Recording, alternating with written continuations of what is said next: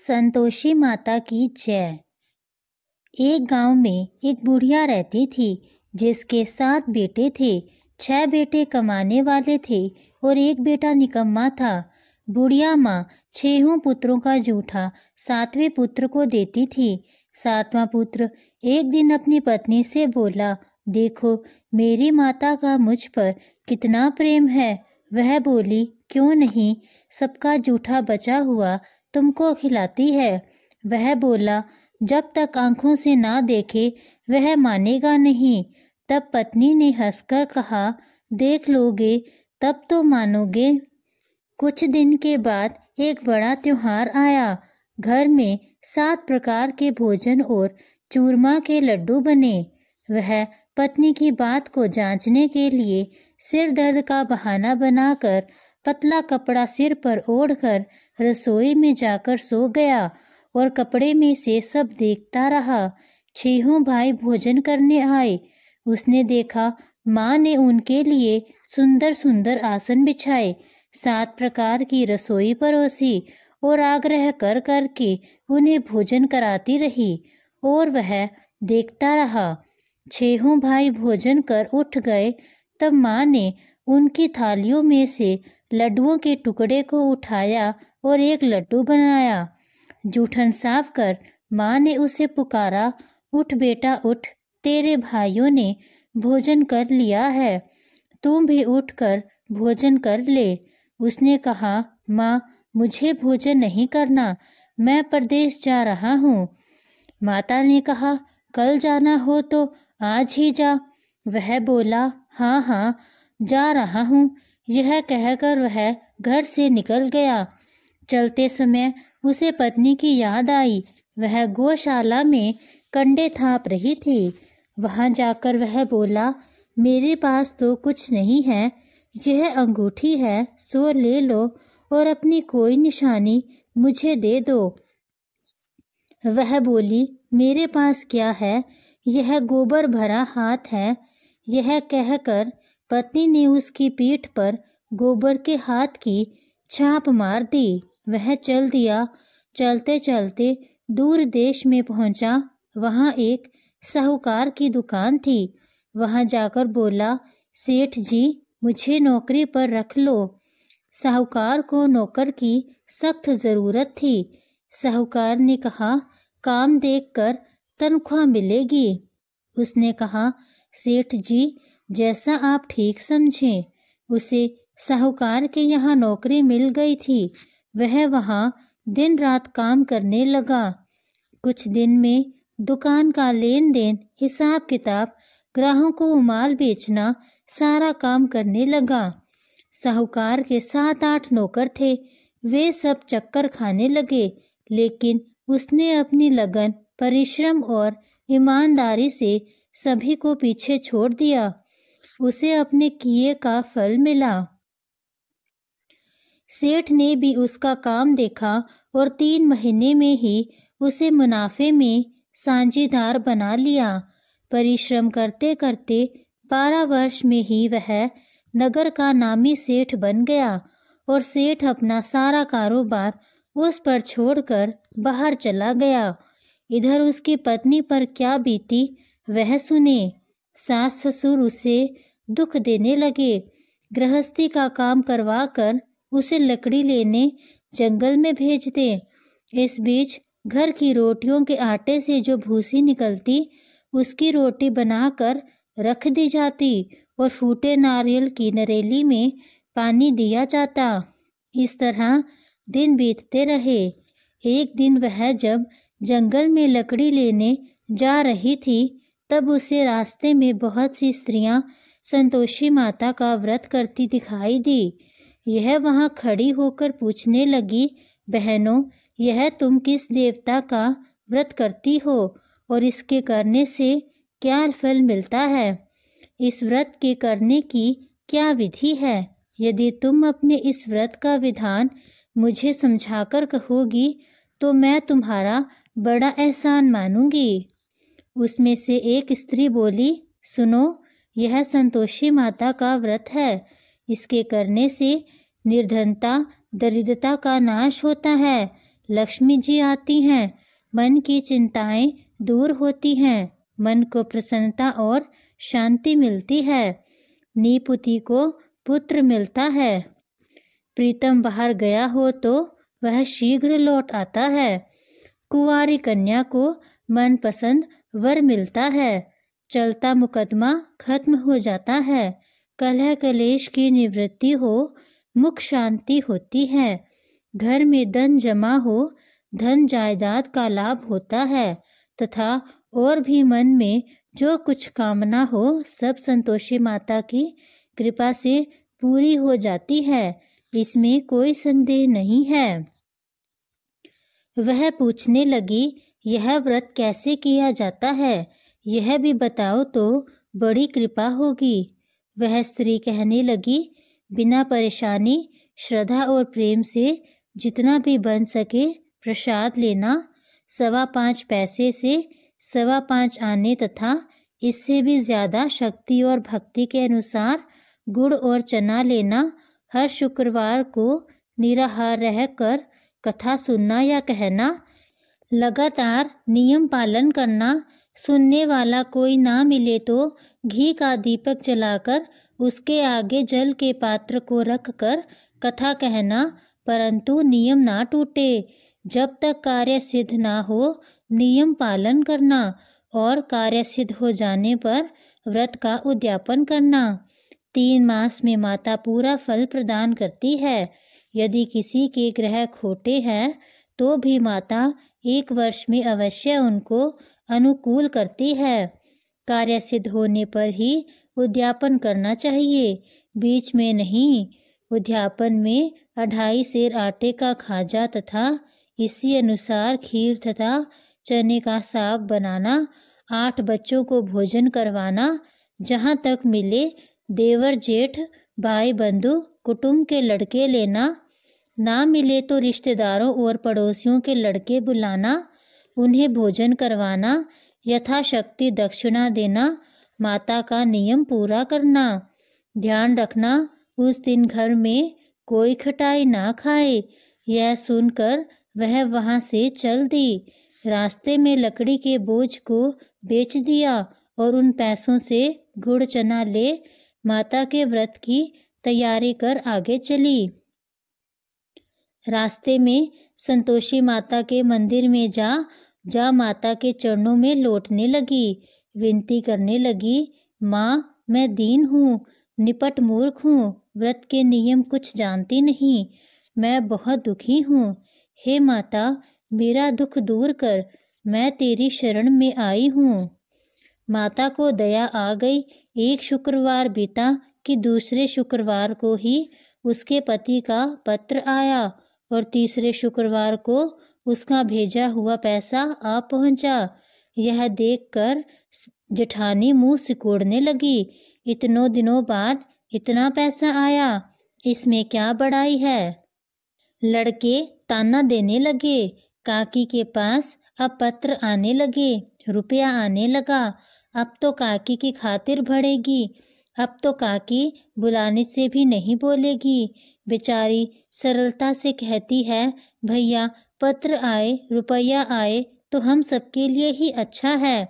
ऐसा कहकर आंखों में आंसू भरकर संतोषी माता के मंदिर में जा पहुंची और माता के चरणों में गिरकर रोने लगी। माँ मैंने तुमसे पैसा नहीं मांगा, मुझे पैसे से क्या काम, मुझे तो अपने सुहाग से काम है।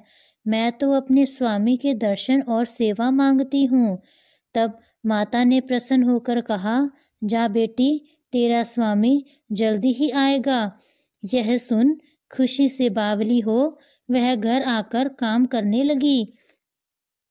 संतोषी माँ विचार करने लगी, इस भोली पुत्री से मैंने कह तो दिया कि तेरा पति शीघ्र ही आएगा, पर आएगा कहाँ से।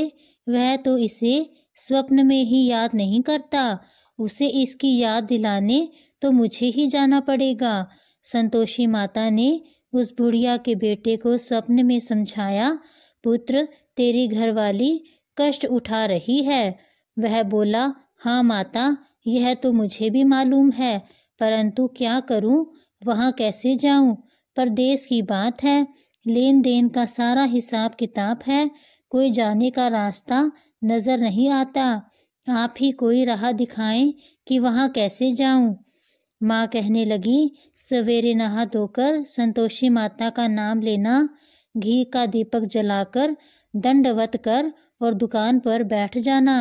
देखते देखते तेरा लेन देन चुक जाएगा, जमा माल भी बिक जाएगा, सांझ होते होते धन का ढेर लग जाएगा। वह अगले दिन सुबह बहुत जल्दी उठा। उसने अपने मित्र बंधुओं परिचितों से स्वप्न में माता द्वारा कही गई बात कह सुनाई। वे सब उसकी बात सुनकर उसकी खिल्ली उड़ाने लगे। वे कहने लगे कि कहीं कभी सपने की बात भी सच्ची होती है क्या। एक बूढ़ा व्यक्ति बहुत ही समझदार था। वह बोला, देखो भाई, मेरी बात मानो, इस तरह सच या झूठ कहने के बदले देवी ने जैसा कहा है वैसा ही करना, तेरा क्या जाता है। बूढ़े की बात मानकर नहा धोकर उसने संतोषी माता को प्रणाम किया। फिर घी का दीपक जलाकर दुकान पर जा बैठा। शाम तक धन का ढेर लग गया। वह बहुत ही हैरान हुआ। मन में संतोषी माता का नाम ले प्रसन्न हो घर जाने के वास्ते गहना, कपड़ा व सामान खरीदने लगा। सब काम से निपट कर अपने घर को रवाना हुआ। उधर उसको पत्नी जंगल में लकड़ी लेने गई। लौटते वक्त थक जाने के कारण संतोषी माता के मंदिर पर विश्राम करने बैठ गई। यह तो उसके रोज रुकने का स्थान था। धूल उड़ती देख उसने माता से पूछा, हे माता, यह धूल कैसे उड़ रही है। माँ ने कहा, हे पुत्री, तेरा पति आ रहा है। अब तू ऐसा कर, लकड़ियों के 3 बोझ बना, एक नदी के किनारे रख, दूसरा मेरे मंदिर पर और तीसरा अपने सिर पर रख। तेरे पति को लकड़ी का गड्ढा देखकर मोह पैदा होगा। यह वहाँ रुकेगा, नाश्ता पानी बनाकर खाकर माँ से मिलने आएगा। तू लकड़ी का बोझ उठाकर जाना और बीच चौक में गड्ढा डालकर 3 आवाजें जोर से लगाना। लो सासू जी, लकड़ियों का गट्ठा लो, भूसी की रोटी दो, नारियल के खोपरे में पानी दो, आज कौन मेहमान आया है। संतोषी माता की बात सुनकर वह बहुत अच्छा माँ कहकर प्रसन्न मन से लकड़ियों के 3 बोझ बना लाई। एक नदी के तट पर, दूसरा माता के मंदिर पर रख दिया। इतने में ही वह मुसाफिर वहां आ पहुंचा। सूखी लकड़ी देखकर उसको इच्छा हुई कि अब यहीं विश्राम कर ले और भोजन बनाकर खा पीकर गांव चले। इस प्रकार भोजन कर विश्राम कर वह अपने गांव में आ गया। उसी समय बहू सिर पर लकड़ी का गट्ठा ले आई। उसने गट्ठे को आंगन में डालकर जोर से 3 आवाजें दी। लो सासू जी, लकड़ी का गट्ठा लो, भूसी की रोटी दो, नारियल के खोपर में पानी दो, आज कौन मेहमान आया है।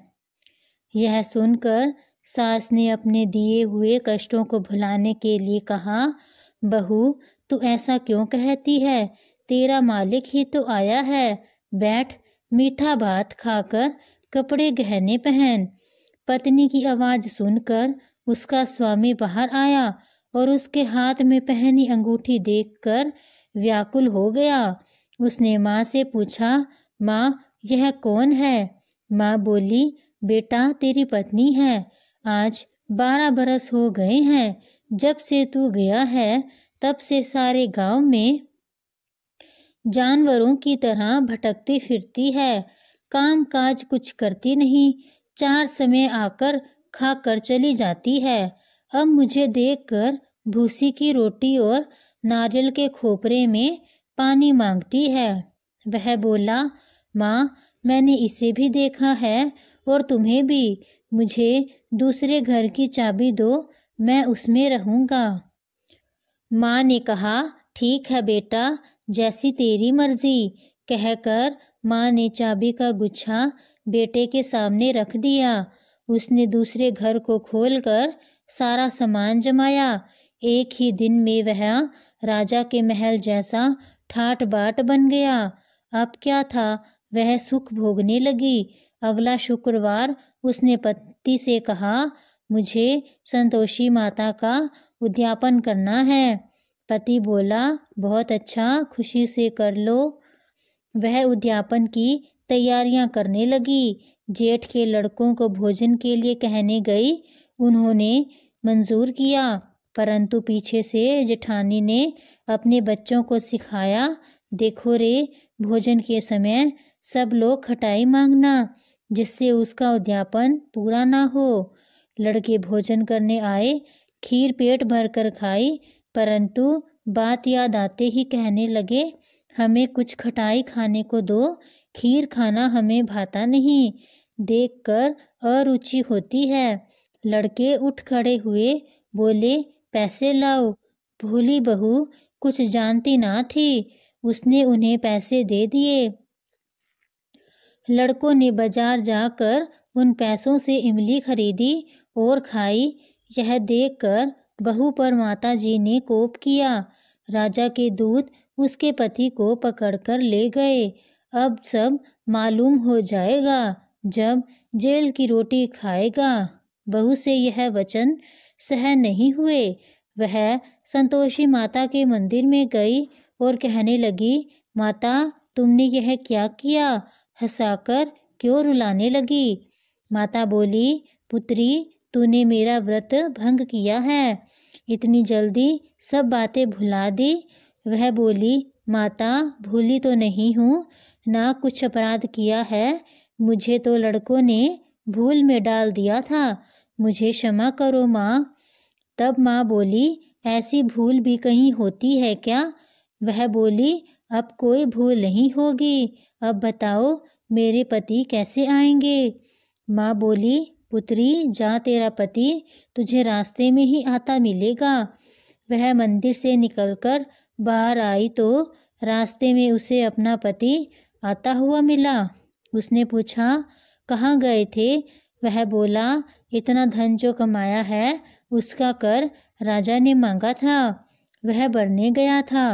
वह प्रसन्न होकर बोली, भला हुआ, अब घर चलो। फिर अगला शुक्रवार आया। वह बोली, मुझे माता का उद्यापन करना है। पति ने कहा, ठीक है, करो। वह फिर जेठ के लड़कों से भोजन को कहने गई। जिठानी ने लड़कों को सिखा दिया कि तुम पहले ही खटाई मांगना। लड़के भोजन करने बैठे, लेकिन भोजन करने से पहले ही लड़के कहने लगे, हमें खीर पूड़ी नहीं भाती, जी बिगड़ता है, कुछ खटाई खाने को दो। वह बोली, खटाई खाने को नहीं मिलेगी, खाना हो तो खाओ। उनके उठकर चले जाने पर उसने ब्राह्मणों के लड़के बुलाकर भोजन करवाया। दक्षिणा की जगह उन्हें एक एक फल दिया। इससे संतोषी माता प्रसन्न हो गई। माता की कृपा से 9 महीने बाद उसको चंद्रमा के समान एक सुंदर पुत्र की प्राप्ति हुई। पुत्र को लेकर वह प्रतिदिन संतोषी माता के मंदिर में जाने लगी। माँ ने सोचा, यह रोज आती है, आज क्यों ना मैं इसके ही घर चलूं, इसका आसरा देखूं तो सही। यह विचार कर माता ने भयानक रूप बनाया। गुड़ और चने से सना मुख, ऊपर से मुंड के समान होठ, उस पर मक्खियां भिन बना रही थी। दहलीज पर पैर रखते ही उसकी सास चिल्लाई, देखो रे, कोई चुड़ैल डाकिनी चली आ रही है, लड़कों, इसे भगाओ, नहीं तो वह सबको खा जाएगी।